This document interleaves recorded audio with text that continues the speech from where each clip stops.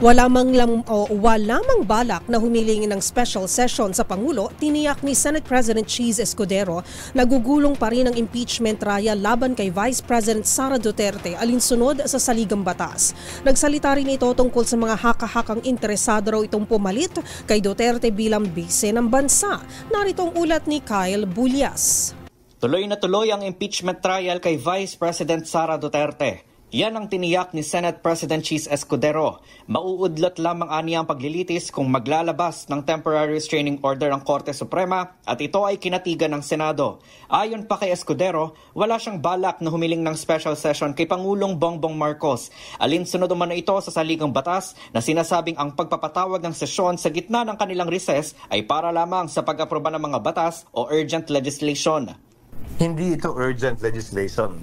At magsisinungaling ba tayo na harapan na kunwari may urgent legislation pero ito naman talaga yung gagawin? Batay sa inisyal na timetable na inilabas ni Escudero, nakatakdang mag-convene ang Senado sa Hunyo 2 at sisimula naman ang paglilitis sa 30 ng Hulyo pagkatapos ng SONA ni Pangulong Marcos. Pero paglilinaw ni Escudero, ito ay tentative lamang at pagbobotohan pa ng mga senador ang mga pinal na detalye sa pagbabalik sesyon nila sa Hunyo. Binigyan din ng Senate President na kahit simulan ito sa Hunyo, walang magbabago kung tatawid ito sa 20th Congress. May prinsipyo sa batas na nagsasabing ano man ang sinimulan dapat tapusin. Hindi naman po pwede na porkit June 30 na para kaming grade 1, finish or not finish, pass your paper. So June 30 na, hoy, desisyon na natin to. Acquitted ba o convicted? Hindi pa tapos magpresenta ng ebidensya ang prosecution at depensa? Ganun na agad? O hoy, dahil hindi pa tapos, finish or not finish, dismiss na natin to. Hindi naman po pwedeng ganon. Samantala, muli ring iginiit ni Escudero na wala siyang balak maupo bilang vice-presidente sakaling mapatalsik sa pwesto si VP Sara. Hindi dahil dala ng delikadesa at gayon din, dala ng personal na pananaw.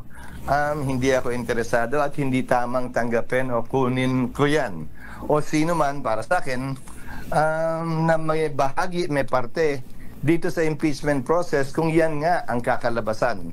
Dahil hindi nito mabibigyan ng maganda, tamang pangitain yung proseso ng impeachment. Ayon sa konstitusyon, ang susunod na vice-presidente ay kukunin mula sa Kongreso kung saan kailangan mag-nominate ng Pangulo ng papalit sa pwesto at pagbobotohan naman ito ng mayorya ng Kongreso.